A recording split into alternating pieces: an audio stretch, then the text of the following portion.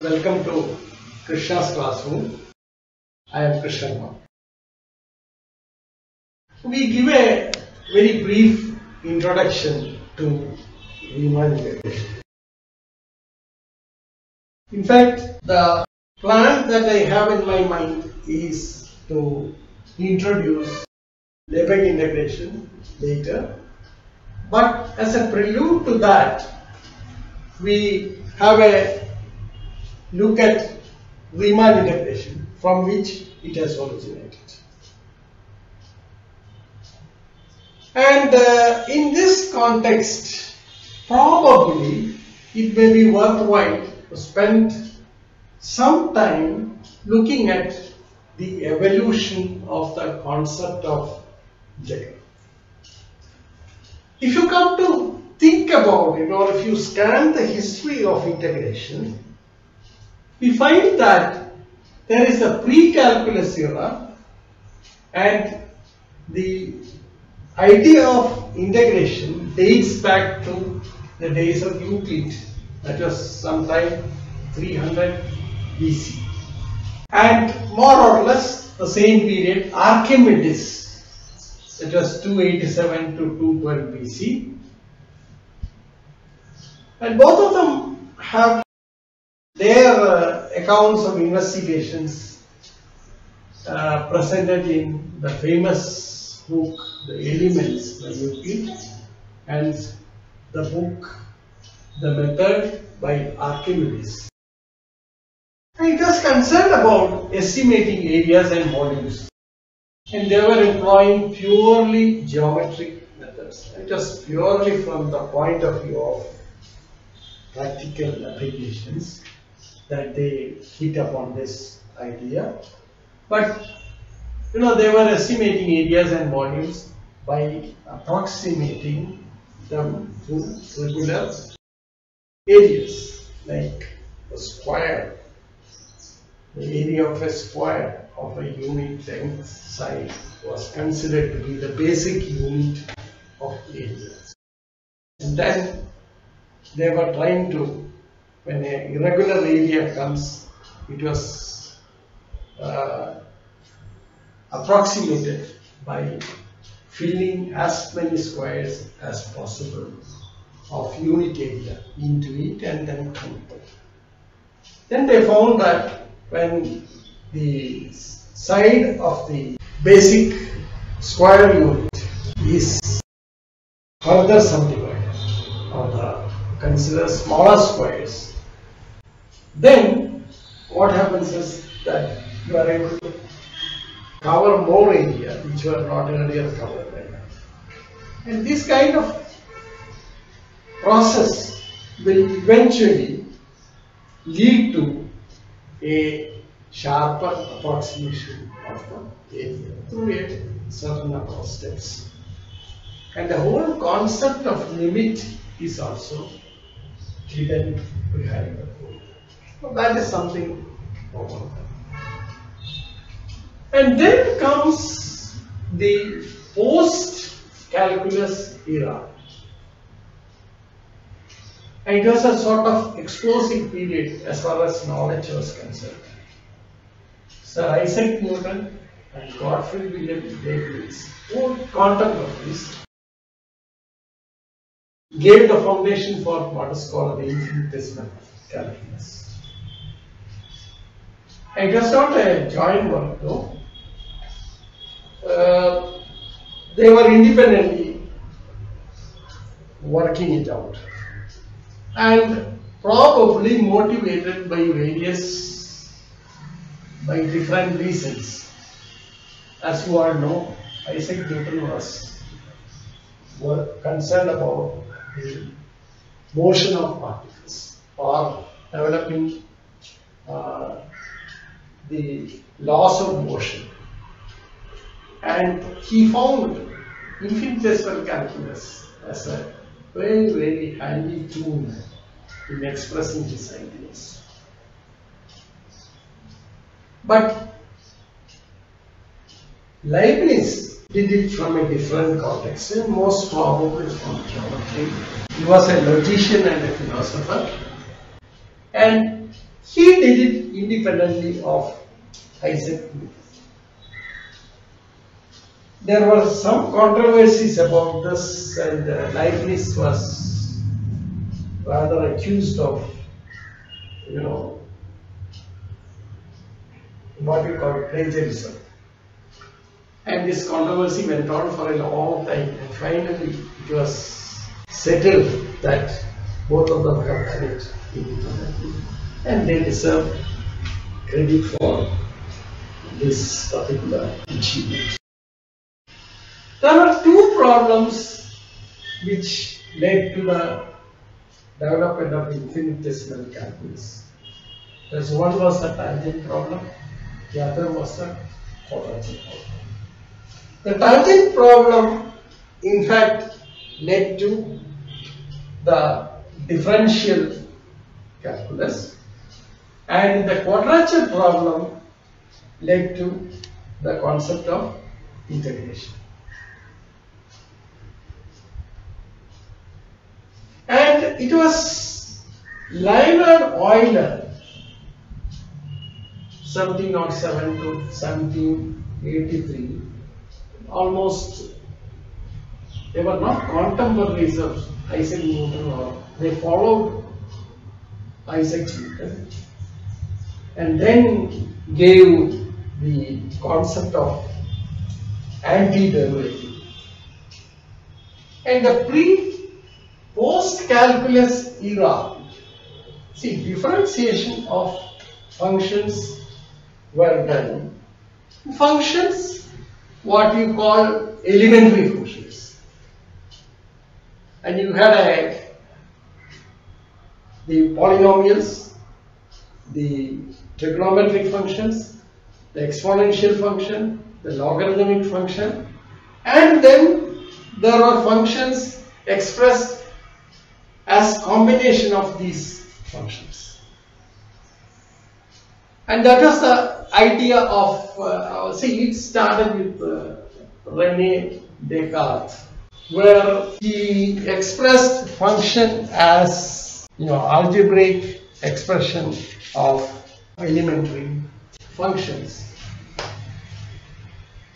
They were concerned about differentiating functions, and it was sort of after the limit, concept of limit was introduced and the concept of derivative was introduced, and they explored the derivative of all these elementary functions, and tables were prepared for them, and then of course how to differentiate functions which appear as combinations of these elementary functions was explored. So various formula for finding out the derivative was discovered in this process.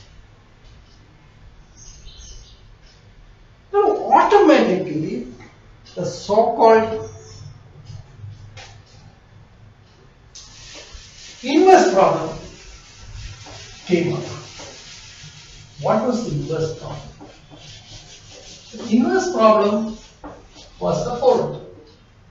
Suppose there is a function f.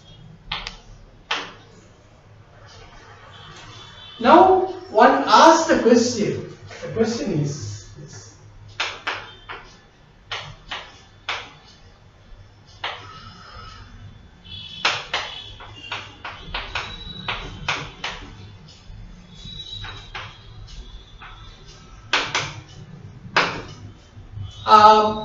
The concept of a function was just a sort of expression of all these elementary functions, expression in terms of these elementary functions.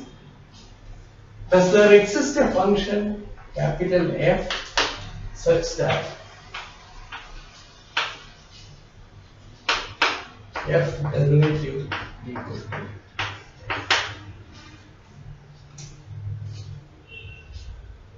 Now this is a very natural problem because you already knew that when you take the elementary functions, you differentiate them, you get another elementary function, something like when you differentiate sin x, its derivative equal to cos x, or e power x when differentiated will give you itself. X to the power n when differentiated gives you n minus 1 and so on. So when polynomials are differentiated, you end up with polynomials. Therefore, now the inverse problem is this: given a function of this kind, can you find a capital F such that f derivative is equal to small f? Well, what they did was, from this knowledge, they got the solution for this problem in many cases. As I said, in the case of say cos x, so if you pose the problem as f as cos x, then capital F derivative is equal to cos x, then you know that the solution of this is given by sin x. And such an f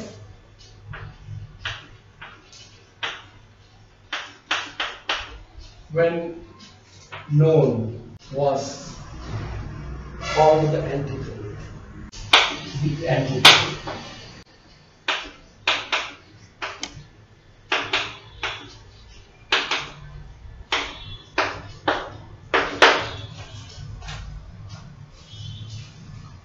So the concept of integration in the post-calculus era appeared as antiderivative, and wherever this was known, probably they verified that they denoted by this symbol. F was denoted by integral x, and then they also verified that the integral a to b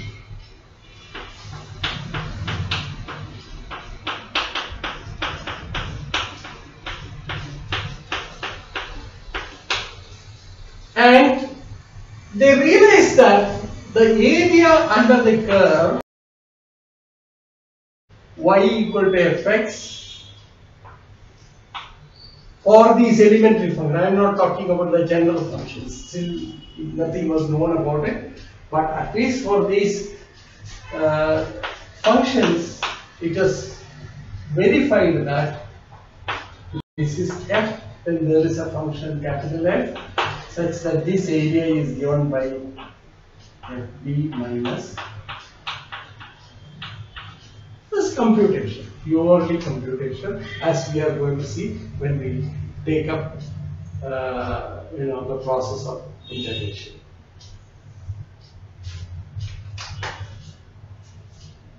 But simultaneously, lot of questions were raised about the concept of function. In fact, the whole idea of function was expanded beyond this.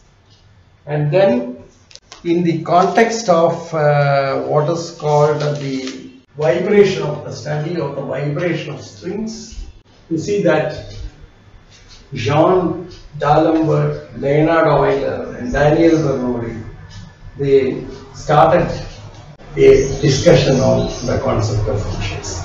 And one finds that these discussions eventually led to the concept given by Euler in 1755, gave a concept of a function which was accepted. And if you look at what was given, is this. He gave a definition of a function.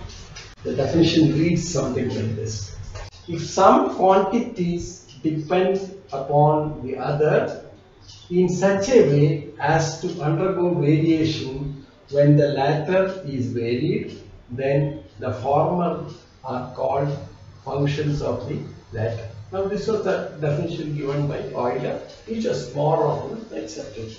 So in short it says, suppose there is a variable y which depends on x and x varies, then fx undergoes certain change, and then y varies with x. So whenever x varies, y also varies. So y was called a function of x. Now this is the simple idea that we all use these days. Still, you see, at that time they believed that the graph of a function could be traced. The graph is actually the set of points x, fx, and the graph could be traced by a free motion of the hand, and functions were still believed to be piecewise smooth. And in fact, they always thought that all functions are differentiable at that time, so that some kind of regularity was assumed. At least piecewise they were assumed to be continuous and possibly differentiable. So from there you see that it was Fourier in 1807 considered arbitrary functions. Arbitrary functions in the sense, see, he was interested in the study of the solutions of the heat equation. It is in this context that he found that if a function can be expanded in terms of sine and cosine functions, which are very nice functions, derivatives exist, derivatives of all orders exist, etc. And he wrote down what is called the Fourier series and also the formula to find out what are called the Fourier coefficients. Now there were a lot of questions came around this. Somehow it helped him to solve the problem, but there were many questions that it threw around, and there were discussions on that. And he still, see, the greatest thing was the functions that he considered may or may not be governed by a single formula. Still, the functions were believed to be differentiable except for a finite set of points. And in fact, all the things hidden inside the Fourier series were not fully realized at that time, because, for instance, the things like you are working with very smooth functions like sin x and cos x, or sin nx and cos nx, writing down the Fourier series, then you believe that if the series converges, it converges to a smooth function. Why should you suspect this? But then, lot of surprises were hidden, and this particular result was not really true in that stage. That is the fact. But we shall not go into such discussions at this stage. But that was also a part of the evolution of the function. So Fourier played an important role in that. And then it was Dirichlet in 1829 defined a circling function. This function, now known as Dirichlet function, on any interval, you see that one cannot plot this. It is discontinuous at every point.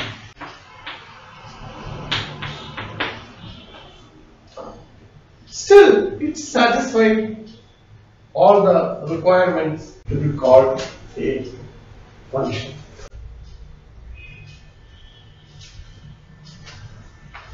There were problems raised about this, or discussions went on this. Simultaneously in this, you had the problem. So you knew the integral of elementary functions as in the form of antiderivative. So when the concept of functions evolved, we started asking the same question. What was it?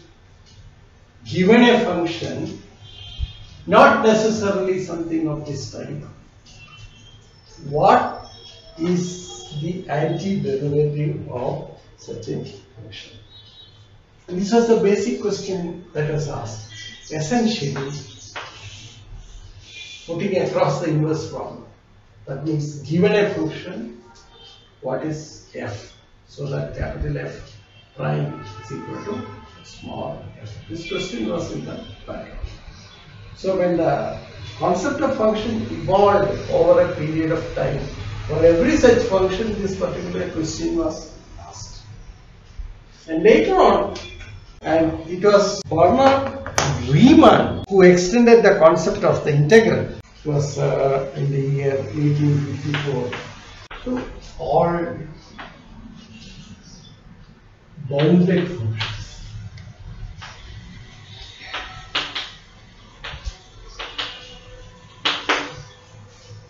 Before that, Cauchy in 1823 gave a precise definition of a continuous function.